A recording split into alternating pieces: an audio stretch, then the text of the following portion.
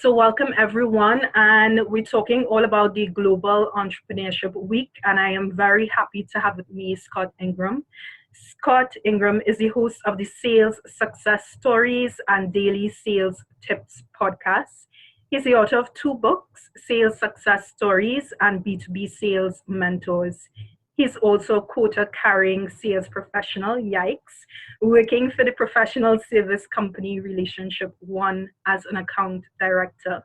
Scott lives with his wife and two daughters in Austin, Texas. Scott, it's such a pleasure to have you. And as I said, the theme is all about Global Entrepreneurship Week.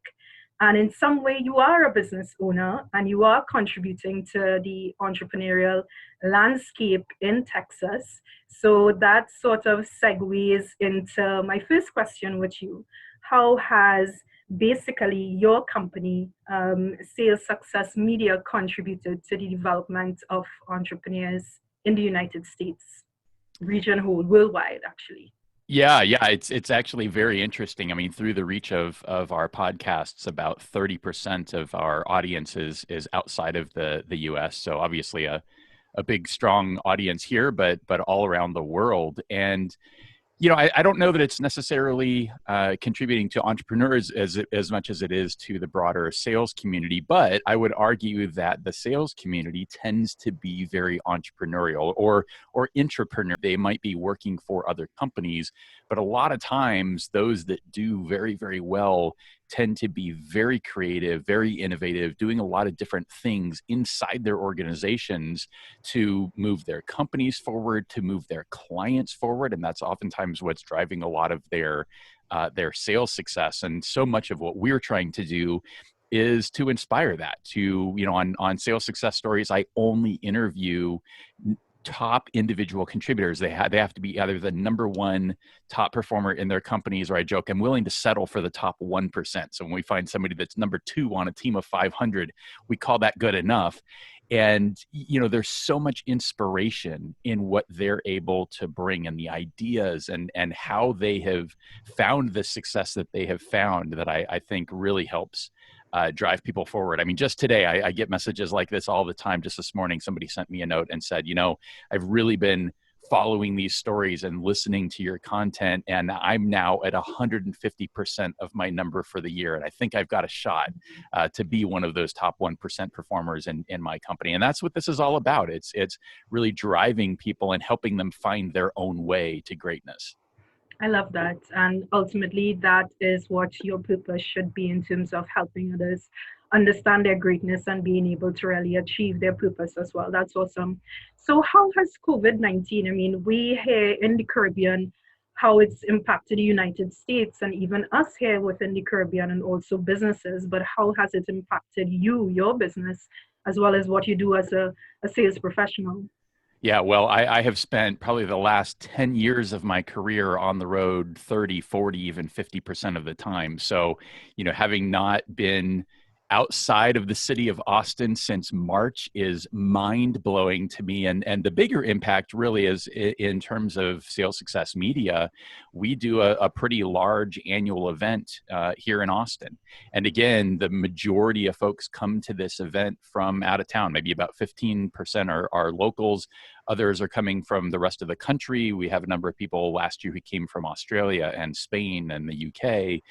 And obviously, that was not an event that we were able to do in person. So we had to pivot that to a virtual experience, which was such an interesting thing, right? As we were in the early stages of the lockdown in March and April and looking out towards an event that was the beginning of October, when we're thinking, there's no way that'll be impacted. Yeah. 6 months from now, it'll be okay. This will all be behind us. And that's not how that worked out.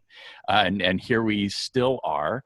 But I think as we settled into that, as we thought about, for a number of months, it was kind of plan B. We started to think about, okay, well, what if we do have to do this virtually? What would that look like? And then as we made the decision and said, okay, we're definitely going to have to do this virtually, I think it drove and pushed us to be really creative and really innovative and find how do we recreate so many of the things that we're able to deliver from an experience perspective when we have everybody in person and we can go out to a meal together and we can put everybody on a bus and just do all of these different things that we normally do. How can you create those bonds and that experience and those relationships virtually? And we challenged ourselves to really do something special and do something different, and I think we were able to do that because you have to find a way through. I mean, what choice do you have, right? Like we're all in this. We're all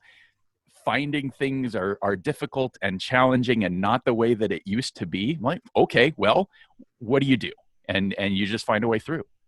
Absolutely. I was actually at the sales summit for half of the day looking on at the content, and I said it was amazing. I think I had told you that as well. And just as you said, being able to use the technology to connect with persons, listen to content, jump back and forth, try to multitask as well.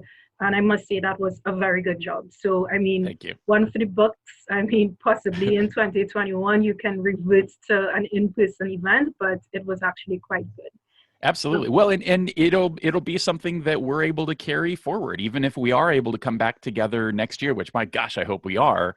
We're still going to look at delivering that virtually just the way that we were, because it was so impactful, and we were able to reach people really around the world. There's so many people who wouldn't have been able to be here in any circumstance, where we could still have that impact with them virtually, and there's no reason we're going to stop doing that. Awesome.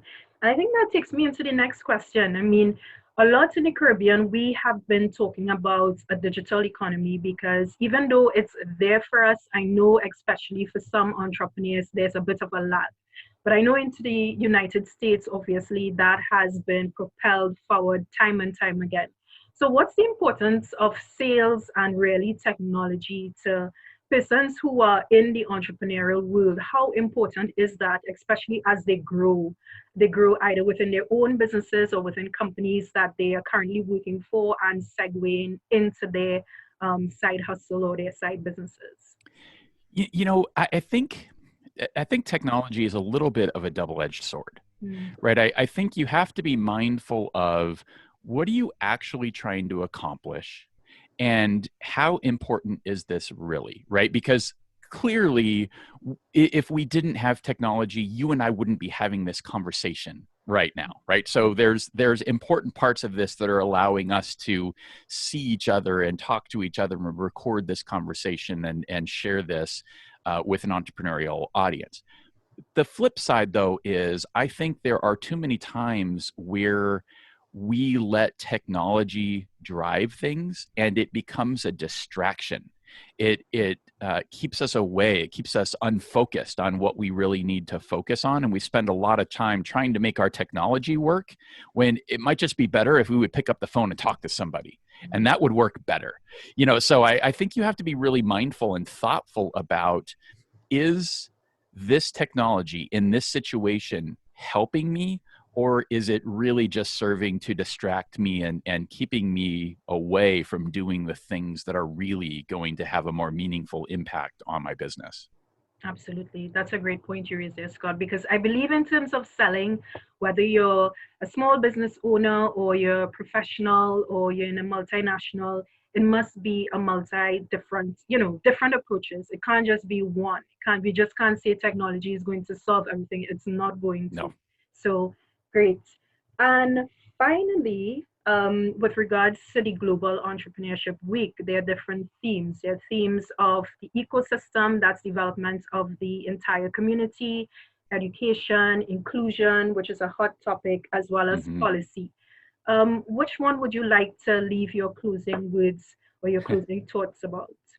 Well, why don't we do two? Because I think they go together in really, really important ways, right? A lot of what I work to do is around building community, because I believe that there is so much that we can learn from each other.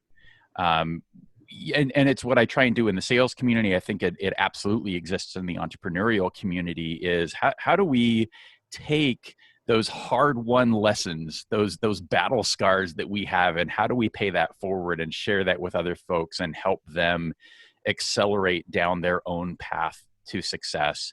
And with that, I think inclusivity is a super important part, right? Because if you only talk to a homogeneous environment, it doesn't really matter what it is, right? Whether it's only people that work in the same industry or the same company, only people that are in a certain geography or speak a certain language or any of those kinds of things. As soon as you infuse diversity, you get different perspective, and it allows you to really open your eyes and think about things differently, see things differently, have that shift in vantage point that is going to impact you. So for me, both of those things are key, right? We need each other, even though we might not physically be together. We all have to talk to each other from our home offices and use our technology, but we need each other in community. But we need that diversity of community, and it's both things that I worked really hard to tackle in the Sales Success Summit. We had a very incredible panel talking about anti-racism and anti-discrimination, and to me it's there's only upside when you hear everybody, right? And you get all of those different perspectives, and you build community in that way where you allow everyone to come in and everyone to benefit and everyone to learn. So to me, those are they're all critically important things, and there's no downside. You only are better because help more people because of it. Yeah, absolutely. That's great. And thank you for that. Thank you for saying that as well. That is so important, especially in the times that we are living in. And also with regards to, I had one question for you on a personal level, because for me, it is being a sales professional as well as having my own business. And how have you managed that? I think a lot of us, we are sort of trying to figure out a path, trying to juggle, but how do you do it? It's I've done both. So I started my first company when I was 20 years old, and I have gone kind of back and forth between entrepreneurial type ventures and sales type ventures. And I've now been with my current company, my day job company, in sales for coming up on 5 years. And I've had Sales Success Media almost that whole same time, right? So Sales Success Media is about 4 years old. And the way I think about it now is I'm willing to be so much more patient. I have got a great job. I love my job. It provides a really nice, financial foundation, and I have great benefits with that. But also the freedom and the support of my leadership team to go explore this other stuff, which frankly actually makes me better at my day job, right? Because of what I've learned through all of these conversations and mentoring relationships that I have developed. So, it's as much as I would love to have Sales Success Media just absolutely explode and be a full-time thing, it doesn't have to. And it allows me to make really smart choices about a very long-term future without having to pick one or the other. I really get the best of both worlds, right? I certainly have to be very, very efficient in the way that I manage my time and my schedule and all that I do. It is a lot of work, but I love it. And I think too many people who are in kind of this side hustle space are in too much of a hurry to jump off and go do the full-time thing. I really believe that's a lot of risk. And I think it's much better to take your time, be patient, make sure that it's really there, right? Like this business is fully 100% viable and it can support me, because I've been in this place where I'm trying to grow a business and also have that business feed me and my family. And a lot of times those two things don't go together. Right. And you make bad choices, right? You end up bringing on the wrong clients because you're like, well, they'll pay me, even though this is bad business. This isn't going to help you in the long term, but you get into those kind of financial binds where you feel like, but I have to do this. And so that's what this very patient sort of side hustle approach has allowed for me, because I don't need to be in a big hurry. And it's served me really well, and it's something that I've really started to guide people around a lot, and just like really be mindful of this, because I've seen so many entrepreneurs, and I've been one of these, where you're in this full-time thing, but you're just like surviving. It's just so hard, and there's so much struggle, when if you had the right job that took care of your financial needs, even if it was a part-time job, that took care of your financial needs, that would allow you to grow your business in the right way, so that in the long term, when the time comes, you would have such a more robust business that is capable of supporting you and your family and more employees and continued growth. And sometimes it just takes a long time to get there. I wouldn't have thought that it would take me more than 4 years to get there. I also have a very, very high financial bar. I do very well in sales. I make good money. So, there's no good reason for me to walk away from that. And it's taken a little bit longer than I would like, but it's absolutely the right thing, because the value that we're still able to add to the community works. And again, in my case, because they're so closely aligned, I think there's value in the story of, I'm not an entrepreneur trying to tell salespeople what they should do, what I do, and how I've been able to incorporate some of these things. So in a lot of ways, it actually gives me more credibility than if I were in this, full-time entrepreneurial founder CEO type of role. So for me, it's a really, really great balance. Great. I think that's along the lines of my reasoning as well. So I really do appreciate that. So, Scott, it has been awesome. Please tell everyone where they can look you up, because I know you have some great things to offer as well. Yeah, absolutely. The number one.fm. You'll find the podcasts, you'll find the books, you'll find the Next Sales Success Summit, you'll find some of the stuff that I do around LinkedIn. So feel free to connect with me, subscribe to the podcast, listen to what we're doing. I think especially for entrepreneurs, sales is such an important skill, and we've created just an incredible opportunity for you to learn from some of the best who are just super successful in sales. And what you'll find is they don't fit into the stereotypes that you think. I have found that the very best sales professionals are some of the very best humans, and that's what makes them great at sales. So I hope you'll give a listen and hear that. And Kimberly, thank you for listening and being part of the summit and inviting me here today. Yeah, thank you so much, Scott. I'm not to toot my own horn, but I was actually part on that podcast, Daily Sales Tips, sorry, and that was awesome. And that's where I really discovered you. So you're doing awesome things. Thank you once again. I am Kimberly King of Consulting Services by King and Associates Limited, celebrating Global Entrepreneurship Week. Thanks again, Scott. All the best. See you on the flip. My pleasure. Bye now.